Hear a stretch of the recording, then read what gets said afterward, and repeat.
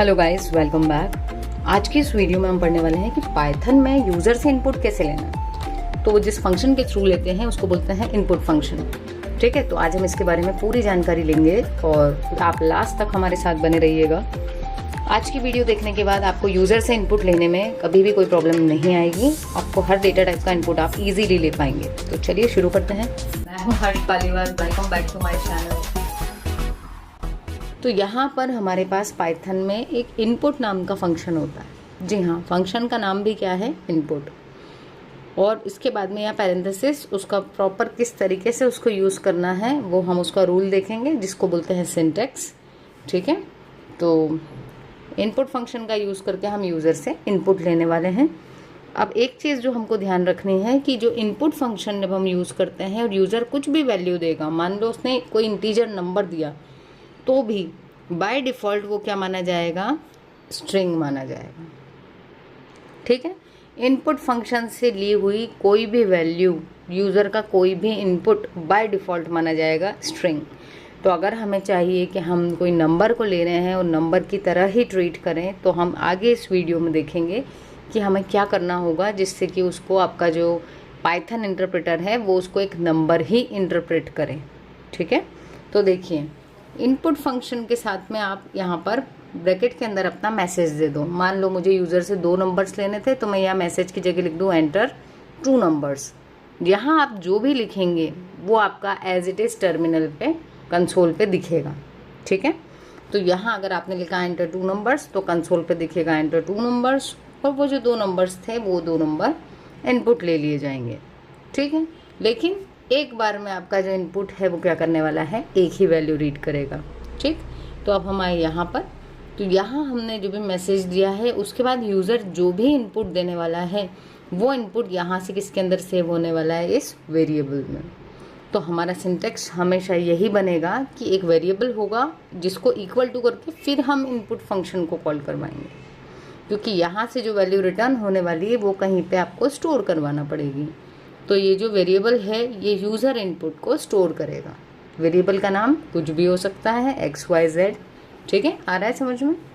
उसके बाद में यहाँ पर आप मैसेज में वही मैसेज लिखेंगे जो आप यूज़र को दिखाना चाह रहे हैं। तो अगर एक एग्जांपल ले लूँ, मुझे यूज़र से उसका नेम पूछना था, तो यहाँ हमने लिखा इनपुट के अंदर enter your name.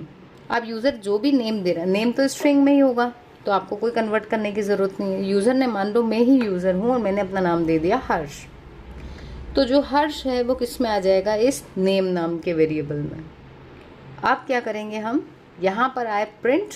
Print function का यूज़ क्यों किया जाता है? आउटपुट को डिस्प्ले करवाने में। ठीक है, तो यहाँ पर जब आप आउटपुट डिस्प्ले करवाना चाह रहे हैं तो डबल कोट्स में आप जो भी लिखेंगे वो तो एज इट इज़ प्रिंट होगा, लेकिन यदि आप चाह रहे हैं कि किसी वेरिएबल की वैल्यू प्रिंट हो तो कॉमा लगा के हम उस वेरिएबल का नाम लिख देते हैं, ताकि इस प्लेस पे उसमें जो भी वैल्यू दी थी यूज़र ने वो वैल्यू आए। तो जैसे अभी मैंने वैल्यू दी थी हर्ष, तो यहाँ पर आएगा हेलो हर्ष। ठीक है, यदि हम ये जो नेम है इसको भी इस हेलो के साथ ही लिख के डबल कोट्स क्लोज करते हैं तो as it is hello name लिखा हुआ था, पर कॉमा लगा के जब आपने लिखा तो अब वो इसको किसकी तरह ट्रीट करेगा? एक वेरिएबल की तरह, और उस वेरिएबल में जो भी वैल्यू सेव हुई थी उस वैल्यू को यहाँ रिप्लेस किया जाएगा। ठीक है, अब हम देखते हैं कि ये तो आपने एक स्ट्रिंग ली थी एज ए इनपुट। अब अगर अपने को नंबर लेने की अपने को नीड है, यूज़र से नंबर लेना है, तब हम क्या करेंगे? तो यूज़र से जब नंबर लेना है तो ये देखिए इनपुट और ये मैसेज तो एज इट इज़। अब इस पूरे के आगे क्या लिख दिया है अपन ने? इंटीजर। तो अब क्या होगा? यूज़र जो भी इनपुट देगा उस इनपुट को ये किस में कन्वर्ट कर देगा? आपका पाइथन इंटरप्रेटर इंट में, मतलब इंटीजर में, और फिर वो वैल्यू सेव होगी उस वेरिएबल में। ठीक है, मान लो यहाँ पर आपने इनपुट एंटर योर एज करा, अब किसी ने उसकी एज डाली 20, तो 20 यहाँ तक आते आते 20 किस में माना जाएगा? स्ट्रिंग में, लेकिन बाहर क्या लिखा हुआ है? इंटीजर। तो अब ये जो स्ट्रिंग थी वो हट गई और 20 को किसकी तरह ट्रीट किया जाएगा? एक नंबर की तरह। ठीक है, तो नंबर की तरह वो किस में सेव हो जाएगा? एज में। और फिर यहाँ हमने लिखा है प्रिंट एज, मतलब उसकी जो वैल्यू थी वो, और उसमें 10 और जोड़ दिए। ये हम क्यों कर पा रहे हैं? क्योंकि ये ऑपरेशन कौन सा है? एरिथमेटिक ऑपरेशन है, इंटीजर्स पे ही होगा। तो यहाँ पर एज में वैल्यू कैसी है, इंटीजर टाइप की, तो 10 उसमें ऐड हो जाएगा। तो यहाँ आप इसीलिए लिखा हुआ है कि इंट क्या करने वाला है, स्ट्रिंग को किस में कन्वर्ट कर देगा, इंटीजर में। सो आई होप यहाँ तक की चीज़ें बहुत अच्छे से समझ में आई होगी। हम और चल रहे हैं आगे और क्लियर होगी। अब देखो कॉमन मिस्टेक क्या होती है कि मान लो यूज़र से आपने नंबर मांगा लेकिन इंटीजर में कन्वर्ट नहीं करवाया। अब कन्वर्जन नहीं हुआ तो क्या हुआ, यहाँ पे आई स्ट्रिंग, और उस स्ट्रिंग में अगर आप कोई एरिथमेटिक ऑपरेशन परफॉर्म करोगे तो क्या आने वाला है अपने पास में, एरर आएगी। ठीक है, तो इसलिए जब भी आप कोई ऑपरेशन परफॉर्म कर रहे हो उसको आप इंटीजर मानना चाह रहे हो तो आपको डेफिनेटली किस में कन्वर्ट कराना पड़ेगा, इंट में।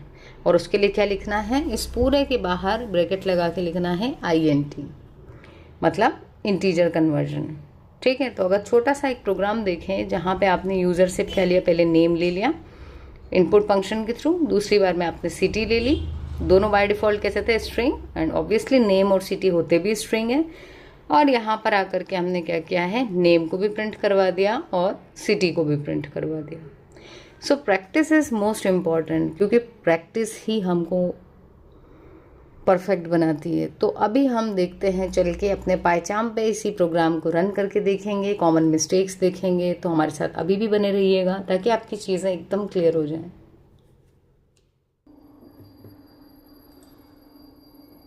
तो चलिए फटाफट से हम रन करके देख लेते हैं पाइथन में इनपुट कैसे लेना है यूज़र से और आउटपुट कैसे प्रिंट करवा रहे हैं, साथ ही इनपुट का डिफ़ॉल्ट डेटा टाइप, किसी और डेटा टाइप में कन्वर्जन, ये सारा सब कुछ आप सीख जाएंगे अभी इसी वीडियो में।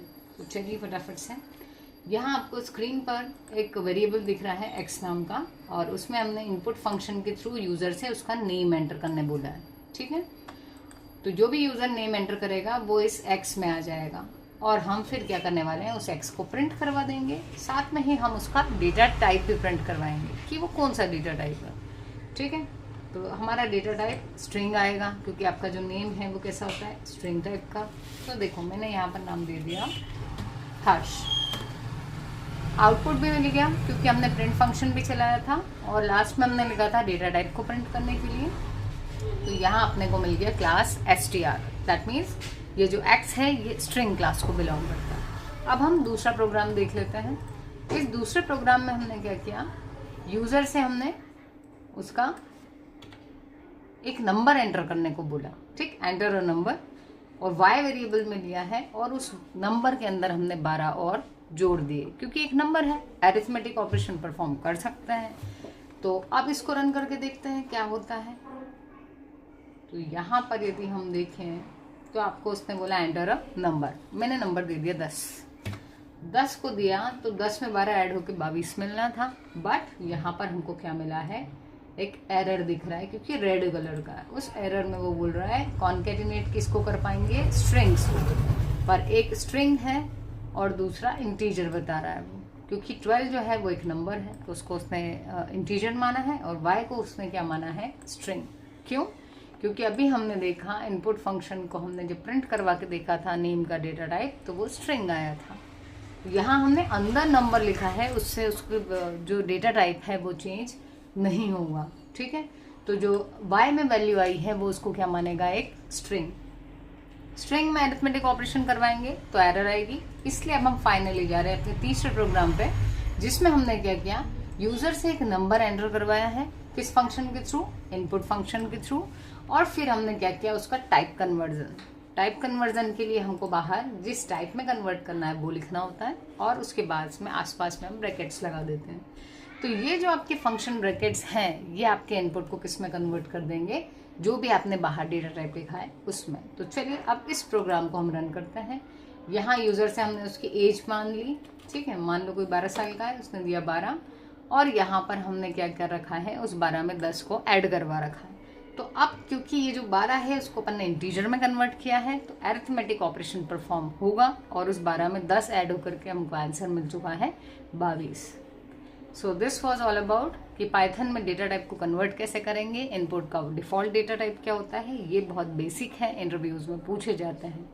सो आई होप अब आपको चीज़ें क्लियर हो गई होंगी। Thank you so much for watching.